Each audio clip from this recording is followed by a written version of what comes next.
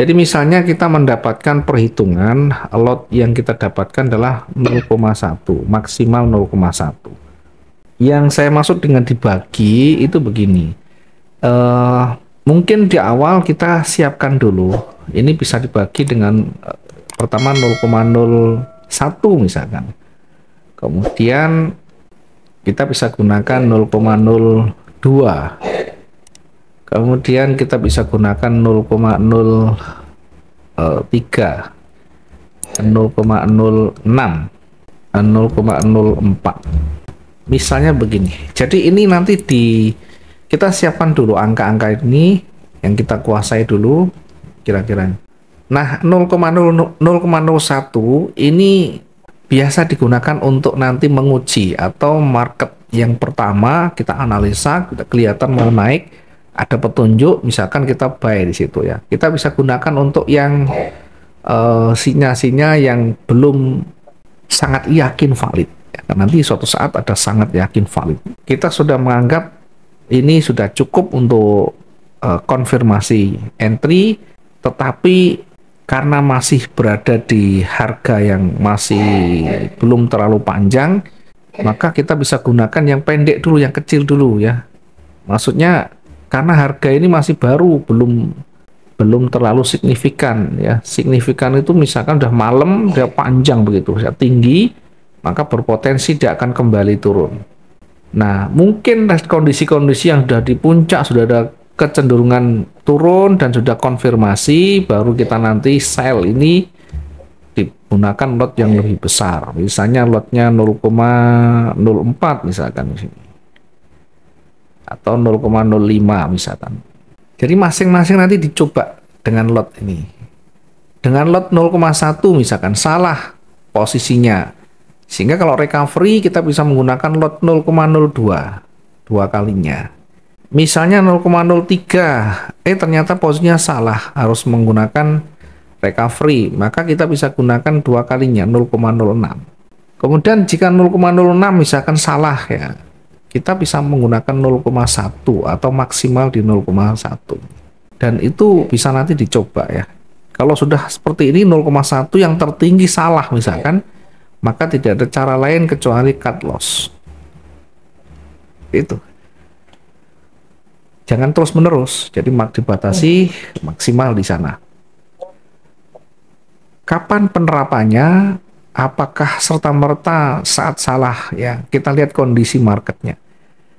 Intinya kita bisa mencoba menggunakan berbagai macam lot ini, tapi bukan bareng-bareng. Bukan satu transaksi salah tambah lagi, bukan.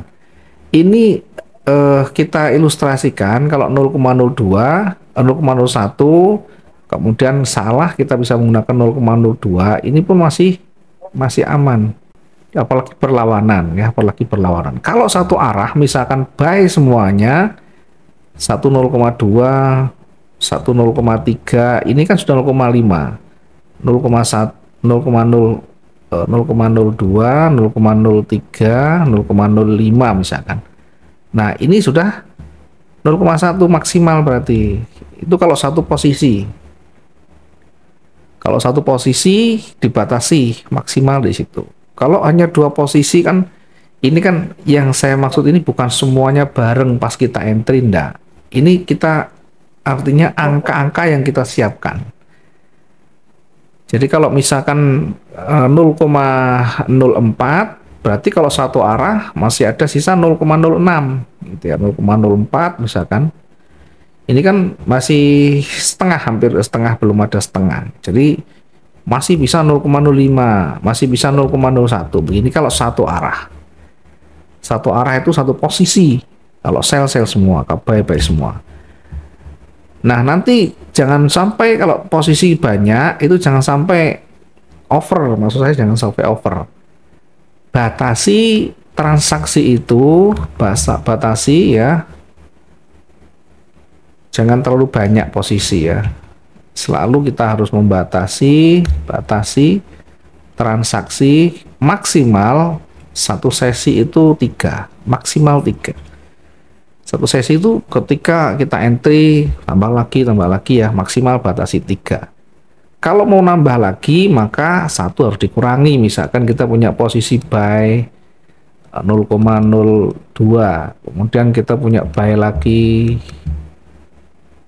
0,02 lagi misalkan, tapi harganya berbeda, 20, 20, kemudian 2025 misalkan. Kemudian punya buy lagi 0,3, 0,03 misalkan.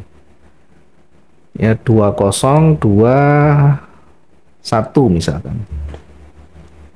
Jadi batasi maksimal 3, meskipun 3 ini masih aman karena kalau kita total ini baru 0, misalkan ini 0,03 lah, 0,02. Jadi masih 0,8, masih aman. 0,08 maksud saya, 0,08, 0,08. Ini satu posisi.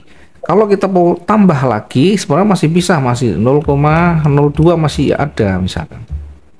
Tapi meskipun ada, karena posisi sudah 3, diusahakan misalnya kita mau menambah lagi, misalkan posisi buy di bawah, ya ditutup dulu yang di atas, yang paling jauh harga itu ditutup dulu.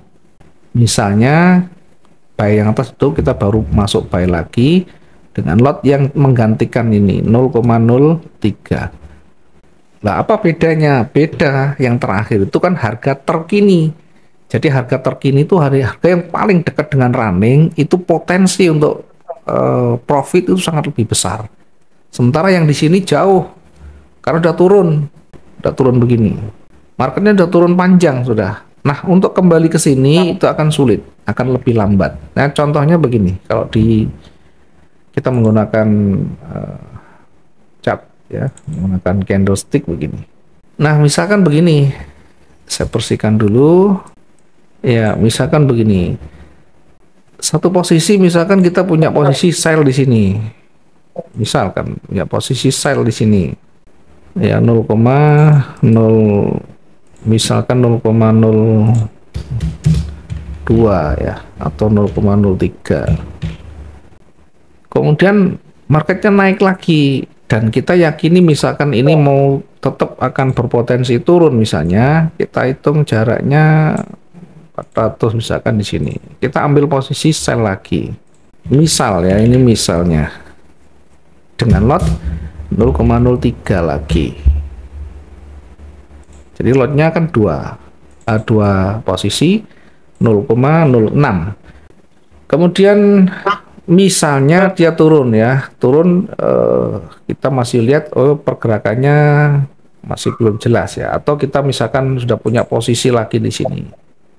Misal ini ya 0, ini kita bukan mengambil sell tetapi kita mengambil posisi buy misalkan di sini. Ganti 0,06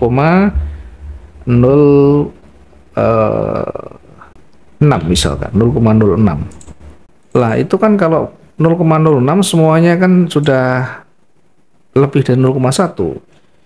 Ya, ini karena satunya buy, karena satunya sell kan berbeda ya. Jadi kalau misalkan kita mau menambah satu posisi, misalkan buy 0,06, satunya sell 0,03, 0,03 ini sama, ngelok namanya, ngunci.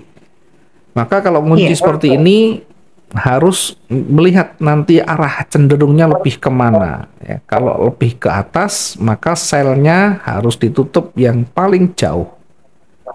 Yang paling jauh itu yang bawah, karena kalau berpotensi naik yang paling dekat di atas harus ditutup. Atau misalkan begitu dia turun sampai misalnya turun lagi di bawahnya yang terakhir sell, kemudian sampai di sini. Nah, kita mau mengambil posisi buy karena ada petunjuk naik. Misalkan kita buy di sini 0, lihat dihitung dulu ya. Di situ kalau sudah ada 3, maka salah satu harus dibuang ya, karena dia turun potensinya mau naik, maka buy-nya misalkan 0,03 ya, kita gunakan buy 0,03. Maka yang mana yang ditutup salah satunya, yakni sell yang jauh di sini. Ini jauh dari runningnya. Dilihat runningnya di mana yang paling jauh. Kalau arahnya ke atas, maka yang paling jauh yang bawah.